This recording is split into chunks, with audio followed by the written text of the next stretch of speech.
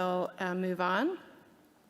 So our next presenter is Dr. Alastair Thompson, who is a physician scientist at Baylor College of Medicine, and he is going to present on topics regarding surgical omission, specifically poster 2, intelligent vacuum-assisted breast biopsy to identify breast cancer patients with PCR after neoadjuvant treatment. In addition, a multi-center prospective trial to study to predict pathologic complete response by the vacuum-assisted biopsy based on MR and ultrasound findings after neoadjuvant, trends in surgical resection in stage 4, and surgical management and contralateral breast cancer risk in women with a history of radiation and Hodgkin's. And then lastly, a propensity-matched national analysis on effect and outcome of sentinel lymph node biopsy omission. So a bit of a mixed bag, but I know you're going to pull it together. Well, thank you so much, Dr. Woodward, and thank you for the opportunity to share with you some thoughts on 5 superb abstracts. I'm going to try to briefly summarize each and then put each of them into context, and I hope provoke some further discussion. But what I would say is that going online after this event and actually looking at the posters in more detail, well worth doing. So first of all, let's turn to Hodgkin's lymphoma. And this group, predominantly from Canada, used the SEER database, which, as you know, covers a large proportion, but not all of the United States, over quite a long time period, and evaluated women who had had Hodgkin's lymphoma at a median age of 22 and gone on to have breast cancer at a median age of 42. There were 295 women. Most of them had one side which developed a cancer. 11% had bilateral breast cancer at diagnosis. And you can see, bottom left here, that about 1 in 6 of the women had breast conservation surgery, but most opted for mastectomy. And indeed, for those who had mastectomy, 40% had reconstruction and 41% had bilateral mastectomy. So what did they find? Well, perhaps the key graph that really interested me on their poster was this 2% per annum developing contralateral breast cancer. As you can see here, whether you had a mastectomy on one side or whether you had breast conservation on one side, you still had a consistent year-on-year chance of getting breast cancer on the other side. And nailing down those numbers in a little more detail, you can see that the 9%, 5 years, 20% at 10 years contralateral breast cancer risk for those who'd had breast conservation surgery on one side was really very consistent. So what I think this poster, this presentation is really helpful in doing is presenting us with some data that we can talk through with our patients what the implications are for the future for them. And they may consider that the glass is half full. The chances are they're not going to have contralateral breast cancer on the other side. Or they may consider that they have a 2% per annum chance to get breast cancer on the contralateral side. The glass is half empty, and therefore opt for contralateral surgery. So I think this is very helpful data for our future practice. Moving forwards, the American College of Surgeons and the Alliance for Clinical Trials have a dissemination and implementation group. And to some extent, that comes back to Dr. Cody's suggestion that we really need to get out into guidelines practice as we learn about it. One of the things that this group has done, and it's multidisciplinary and across North America, it's looked at stage 4 breast cancer. And as you know, there's a wealth of data which is confusing to most of us, that some of it says, predominantly retrospective data, yes, we should be doing mastectomy at the time of diagnosis for stage 4 cancer, and yet some of the randomized trials, particularly the most recent one from the United States, suggests otherwise. So they used the National Cancer Database, which again is a North American US database covering many states in the US, and they looked over about a 10 to 12 year period. Many women, 9% had breast conservation surgery, 20% had mastectomy, with the remaining women not having any breast surgery at all. And they showed this trend of rising use of surgery up to the year of 2009, and then a decline in surgery such that about 1 in 6 patients were having surgery to the breast with a diagnosis of stage 4 breast cancer in 2017.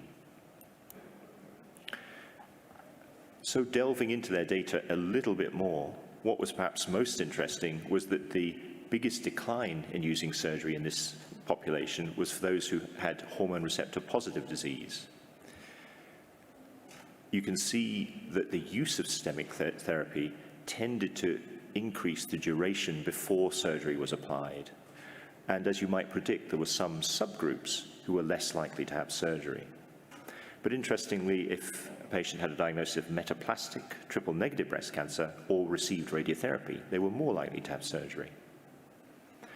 So while thinking about this, I noticed that in the last 6 weeks, while we're thinking who might benefit from surgery, there have been 2 publications which I would commend to you to go and look through. One in Annals of Surgical Oncology, and the other a week or so ago in the Journal of the American College of Surgeons. And these perhaps stir things up a little bit further by suggesting, from the point of view of the Annals of Surgical Oncology, again using the National Cancer Database, slightly different duration or range of years that they examined, that there does seem to be a survival advantage for those who have systemic therapy and surgery, or systemic therapy and surgery and radiotherapy, compared to those who have systemic therapy alone. And the conclusion for that Annals of Surgical Oncology paper was that we should consider neoadjuvant systemic therapy and then go on to surgery for those who have hormone receptor positive or HER2 positive disease. The update of the Turkish trial with a 10-year follow-up of 265 women, you can see similarly an advantage for surgery with systemic therapy over systemic therapy alone. And then now the median survival data at that 10 years have been published. So as we think about what to do in the future, perhaps there may be an opportunity as a community to revisit the question of neoadjuvant systemic therapy and then rethinking, is surgery of value for patients, particularly those with ER positive or even HER2 positive disease? Moving on, I wanted to share with you some thoughts on this paper from Cleveland. We have used sentinel lymph node biopsy increasingly over the years as a replacement for axillary lymph node dissection, and the evidence is overwhelming that it's what we should be using for early breast cancer. But the question of what to do in older women, and that we're defining here as those who are women who are aged 71 and older, is, should we omit sentinel lymph node biopsy? Is there any value in doing that axillary surgery? And you can see in this National Cancer Database assessment, you can see the parameters they looked at, the small, probably mostly screen-detected hormone receptor positive cancers, and patients who are going to have endocrine therapy. What's the outcome if you omit axillary surgery? So they use propensity matching to try and avoid any other causes for mismatch, and auxiliary assessment, never quite certain through the National Cancer Database, but I'm hoping that in recent years many of us have turned to using the ultrasound technologies. So their results, perhaps not unsurprisingly, showed that those who had a positive node were women who had lymphovascular invasion and the slightly larger cancers. Those who had sentinel lymph node biopsy were more likely to get chemotherapy or radiotherapy, and that omitting sentinel lymph node biopsy actually was associated with a lower overall survival with the numbers you can see here. So their conclusion was that perhaps we should revisit this, and that axillary staging does impact survival via the decisions that that tends to help us to make for adjuvant therapy. So I was thinking back a year, and if you think back to San Antonio Breast Cancer Symposium last year, there was this rather nice presentation from McKevitt et al., and I've summarized it very briefly here. Very similar sort of question, what do we do in women of greater than 70 years of age? recognizing that many people across the United States will still do a sentinel lymph node biopsy in this age group, despite the Society of Surgical Oncology guidelines. And what they were able to find, in keeping with what I've just mentioned with the current abstract, is that if you were sentinel lymph node biopsy and didn't have adjuvant therapy, then you did much worse, a lower breast cancer-specific survival.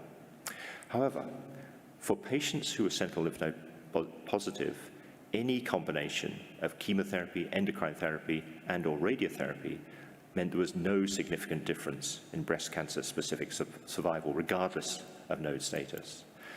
And so I would suggest that we might want to think about last year's San Antonio meeting in concert with today's meeting to ask the question, should we do sentinel lymph node biopsy if we're anyway going to give some form of adjuvant therapy? So thus far, I've tried to cover 3 abstracts, and I think more or less surgery, maybe being more selective, or not doing axillary surgery at all would be the conclusion from those 3 abstracts. I'm going to turn next to 2 abstracts that really go together and take you back not 1 but 2 years to the San Antonio meeting of 2019, where in a plenary session there, we had some beautiful presentations reflecting that the world was changing as far as we as surgeons are concerned. More patients were getting neoadjuvant chemotherapy, and that the responses to neoadjuvant chemotherapy were going up and up. And in fact, in the last 2 years, with the advent of other medications, they've gone even further up. 3 of the 4 presentations given that day were of large studies in Germany, United States and Canada, and in the Netherlands. And I'm not going to bore you with the details, but you can see for yourself that they were slightly different in trying to determine, could we look with imaging, could we look with biopsy and say there is no cancer there, we don't need to do an operation. Now, as many of you will recall, all 3 of those presentations, the 3 on the left-hand side of this slide, came to the conclusion that the false negative rate of those biopsies and the negative predictive value, the sensitivity, were just not sufficiently good to allow us to consider omission of surgery after neoadjuvant chemotherapy. There was a presentation from London, Seoul, and Houston combining forces with 76 patients. And giving us hope for the future, they suggested that with large vacuum-assisted biopsies, we might be able to identify with a very low false negative rate, less than 5%, those patients who we could consider omission of surgery for. So the first of the 2 abstracts I was going to discuss today on this topic comes from Dr.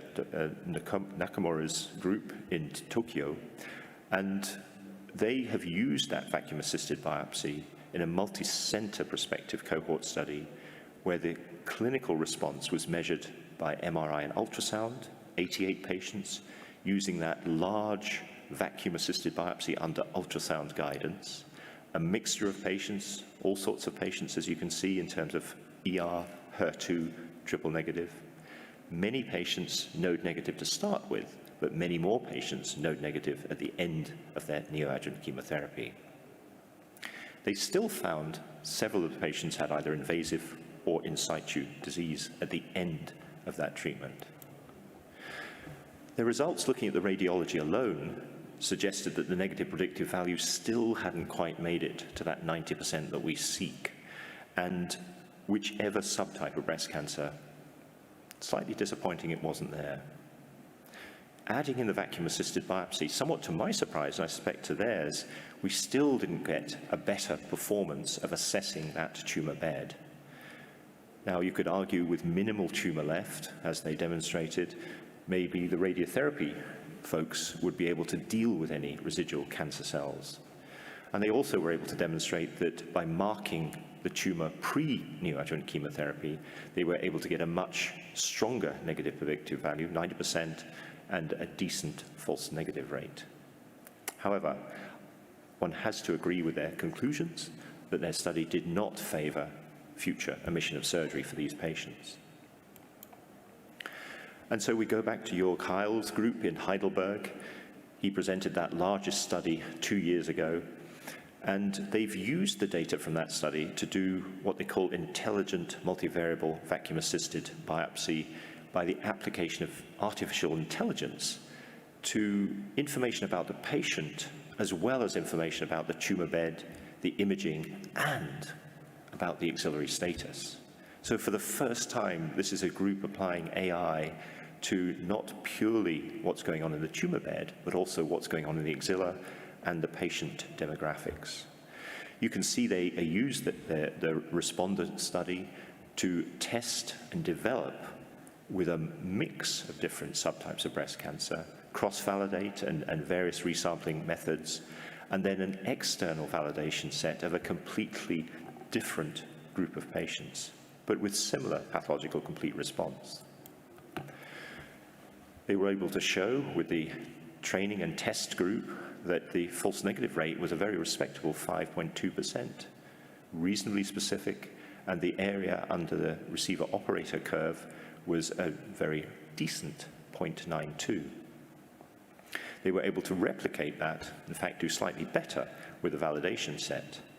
And for those of you like me who are not statisticians, Spiegel-Halter's Z or Z value of 0.746 shows a consistency and is a good sign that this is working well between the two study groups.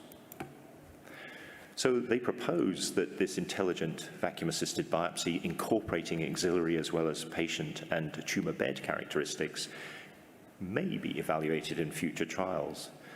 I would disagree with the maybe. I think it should be evaluated in future trials, and if there is an avenue forwards with this omission of surgery concept after neoadjuvant chemotherapy, I think this gives us great hope that we're going to be able to do that.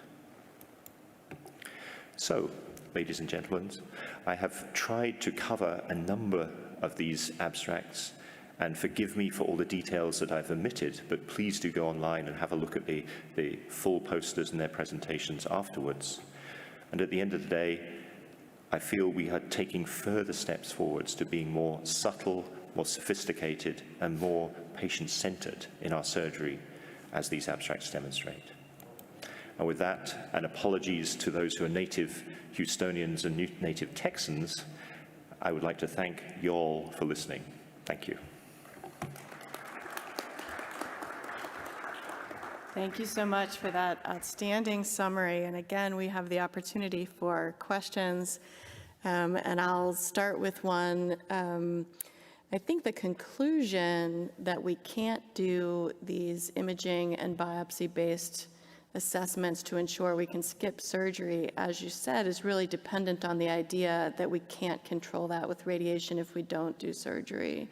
And I wonder if we're heading in the direction where we might be able to think if we get to a low enough level, even if it's not negative, that we should be able to control that, as we expect to do in patients who have gross nodes that aren't removed, and as we have seen in many other sites. I wonder what your thoughts are. Yeah, so I think the comfort level for our patients and us as clinicians of what we're willing to leave behind as surgeons and imagers, and then rely on radiation therapy, which we know works so well in the axilla. I think your analogy with what we have learned in the axilla is very pertinent for what we're relearning in the breast.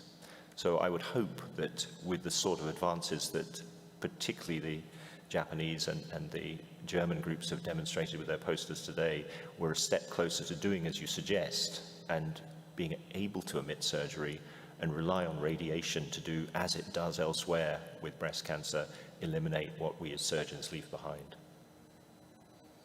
Any thoughts? And I would just add, in terms of in that setting, what is the appropriate radiation dose? You have a higher dose for gross disease versus, a lower dose, and then you have this intermediate boost dose region. So where in that spectrum, if there's a little bit of residual, should we fall with that dose? Yeah, I think one of the variables that might be valuable to come into an AI model is not just are we getting down to a low enough volume of disease that potentially radiotherapy could address it with, say, a standard boost dose, 60 gray, instead of having to push to a gross disease dose? But also, where in the breast is this? Is it a place where we could give that dose with fairly minimal cosmetic impact? Or in the upper inner quadrant, are you really going to see that that's maybe not a win? But there's a lot of nuance to be had there. And I think the AI tool and study is really encouraging about the possibility of picking patients who will do very well with a different approach.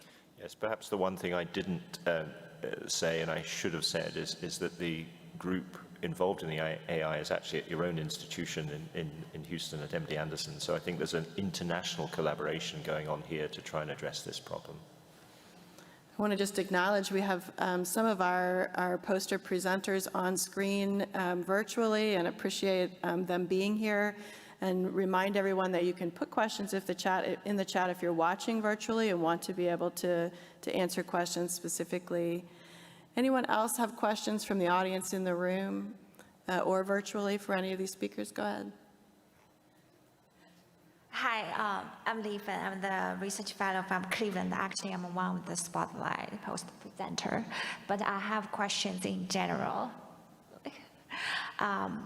What do you think the role of surgery?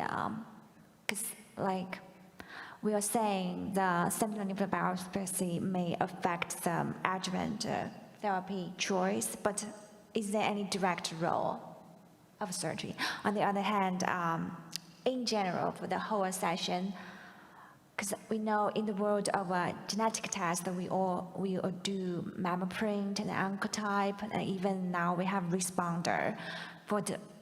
Even for the node positive patients, sometimes, I mean, based on the data, we can skip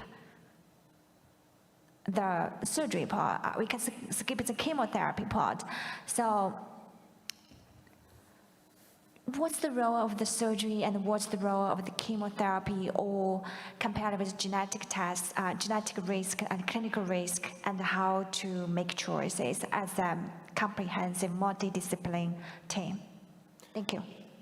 That's a very helpful reminder to folks like me that we need to think of this in the context of not purely what am I going to do as a surgeon, what are my colleagues, partners going to do as a radiation oncologist, but in the multidisciplinary team setting. And as we're aware, if we determine what's left at the time of surgery, that can influence what is given in the adjuvant setting. And I think you're very correct in reminding us that we still have to really think that through, that if we're going to omit surgery, and if we're going to miss some residual tumor there, is that going to influence, in this day and age, for HER2 positive, for triple negative breast cancer, not just for ER positive disease, what we would have given in terms of adjuvant therapy?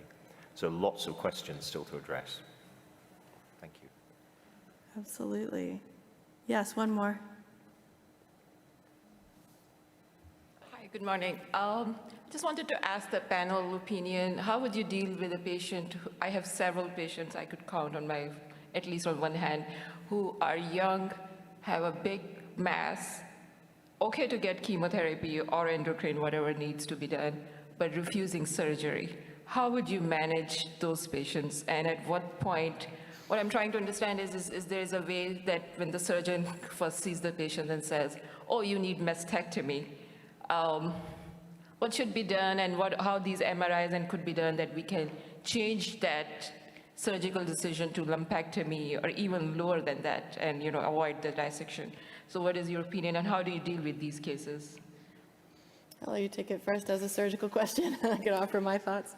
So this is a not uncommon problem of patients declining surgery for whatever reasons, and I think one has to respect that the patient ultimately has the final say in what is done. That said, I feel the way forward with trying to persuade a patient that perhaps a surgical component to her treatment would be of value is to visit with her multiple times, to try to share the facts in bite-sized pieces with her that she can gain understanding with, to try and involve friends or family, spouse if she has one, and to make use of the skill sets that other disciplines have, nursing staff, genetics counselors, radiation oncologists, medical oncologists, to try and put her in a position where she has the same knowledge base that we would want her to have in making a decision to go forwards. So in summary, I think multiple conversations, respecting her viewpoint, but trying to gently persuade her that conventional approaches do have some evidence base and are most likely to succeed in freeing her from disease longer term. One of the outstanding residents in our program worked to put together a paper, this Dr. Boyce from the CDB, looking at how many patients don't end up having surgery who appear to have very curative early stage breast cancer, and it's fairly striking. And it is, as many things are, influenced by social determinants of healthcare. It is more evident in patients who are underrepresented. And so I think it is exactly, as you say, really critical to take time instead of sort of offering an alternative that really is not standard of care, to maybe offer the follow-up, to have conversation. And see how that evolves over time, and try to find the best strategy to ensure that people are making the best decisions for themselves based on good data. I don't know what your thoughts are. Yeah, I agree. And there is a little bit of data for definitive radiation in the absence of surgery, but it certainly is not robust, and mainly in an older population. So I'd be hesitant I certainly wouldn't jump right to that if all other options were not acceptable to the patient. I think it's worth a discussion, but making it clear that this is not based on robust data, especially for that young age group. Hey, I just have a quick question and comment with regard to, the use of surgery in breast cancer in general. The issue that we've addressed in the presentations this morning. I wonder if there's something different about primary breast cancer versus axillary metastatic disease. I think of them as different, and I wonder if the responsiveness to treatment is different. I also wonder if the potential for metastatic disease from residual disease left behind is different. I think we've proven pretty well that radiation can manage microscopic residual disease in the axilla, but what I worry about an awful lot is what's left at the primary tumor site after we've already bombarded it with chemo or neoadjuvant endocrine therapy. What are those cells like, and what is their metastatic potential? And I think it's one of the reasons that we talk about doing mastectomy for women who have stage 4 disease. I mean, really, what are we doing there? We're controlling local disease many of the times, where we really don't want a patient to have a large fungating mass. But sometimes, and perhaps those patients that actually have the better survivals, we're doing a local therapy that might actually impact the occurrence of additional distant disease. And I think we have to think about that in the context of leaving residual disease behind in the breast and expecting radiation to treat that. It might and it might not. And I think the genomic characteristics of the tumor, both the primary and the residual disease after treatment, could significantly impact that. So I don't think we can, last year I was really excited. Okay, yay, I'm not going to do any more mastectomies in stage 4 patients because of the one paper. And now here we have another paper, albeit retrospective, from a large database. And the criticism of those studies is that we are really good at selecting patients that are going to benefit from having a mastectomy rather than that the mastectomy actually benefits the patient. So I just think we have to keep in mind the fact that we really don't have a full understanding of what the biology of residual disease in the breast is. And as much as I'm rooting for all of my medical oncology colleagues to put me out of business, I don't think they're going to do it. I think that's a really great comment. We will, for the first time, actually have prospective data on the efficacy of radiotherapy after neoadjuvant chemotherapy in the axilla once we get the B51 data. And I think that realistically, your point is well made. We don't have prospective data in that space today, so it is very prudent to proceed cautiously. And on the stage 4 question, I feel very similarly. I swing. Some days I'm convinced this is not the right answer.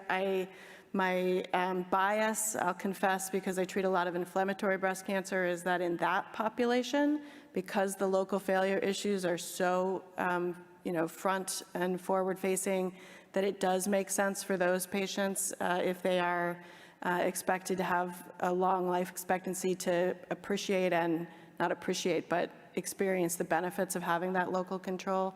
But I agree with you. There's a lot to take in there also. Yeah, I echo. It's a really great comment and highlights how much we still need to understand, and agree with proceeding, in stepwise fashion, so we can answer those questions in a very rigorous scientific manner. I would agree. Yeah. Go ahead. Hi, I'm Sasha. I'm from UCSD, one of the presenters, actually, and I just wanted to follow up on both of the questions that we had regarding surgery and metastatic breast cancer, and I think they're really, really great points. And I think kind of the key here is not to say, oh, we want to get rid of doing surgery for these patients, but really figuring out who are the right patients to do surgery on. And I think both of the questions that came up really raised that point, including looking at individual genetics and really picking the right patients who are going to benefit from surgery. So I just wanted to bring that up. Thank you for those great questions. Thank you for that, Sasha, and all power to you for doing that stage 4 study with the group that you've done it with. Thank you. Another point that always comes up for me in these is whether or not patients are being offered radiotherapy after that mastectomy, because to me, if you're going to go through the mastectomy, potentially for the local control benefit, if that patient would have needed radiotherapy after that mastectomy in the non-metastatic setting, I would still think you need it in order to provide that actual local therapy benefit that you have taken a step forward towards in the surgery. And we don't necessarily always get those details. That's one of my flags I always raise. I want to see the radiotherapy details and how that played into it. Very good. We have time, I think, for one more question. But if not, and I have not seen, I hope it's not a technical glitch, but I've not seen a question show up in the virtual chat. But I hope that that was available to anybody who wanted to chime in virtually from our live chat. And with that, I will go ahead and close the session. I thank all of our poster presenters, the teams that went into those, the patients who were involved in all of those work, and both of our discussants who've done such an excellent job today. Thank you so much.